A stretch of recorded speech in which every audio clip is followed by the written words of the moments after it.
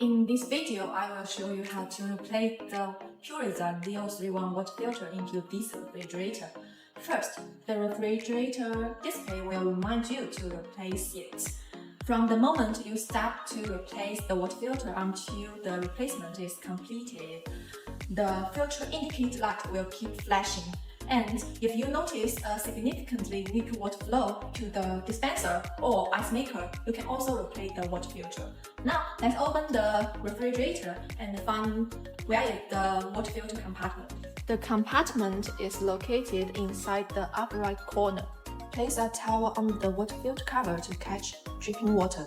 Grasp the filter and gently turn it to the left about a quarter turn until you feel the filter releases, and you hear a faint click. Remove the filter completely and discard. Line up the arrow on the filter with the filter cartridge holder.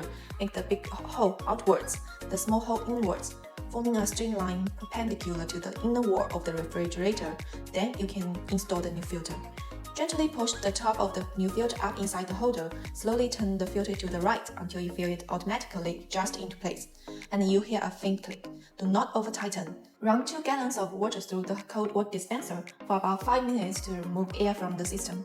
Water may spurt out and air bubbles may be visible during this process. It's normal for water to appear discolored during the initial system flush.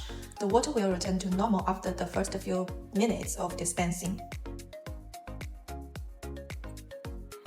That's it! You have successfully replaced your water filter.